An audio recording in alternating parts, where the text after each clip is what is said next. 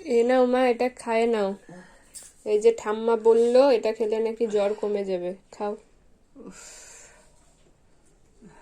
কি এটা?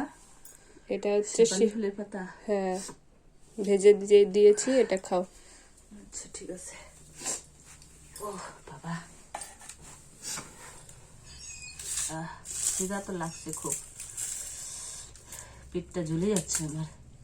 কালকে রাত্রেবেলা এত খিদা লাগছে। এটা খাও, দেখো ঠিক হয়ে যাবে।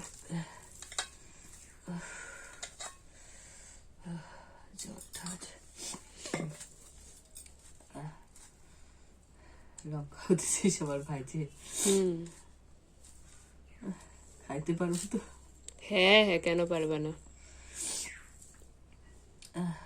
তো খিদা লাগছে।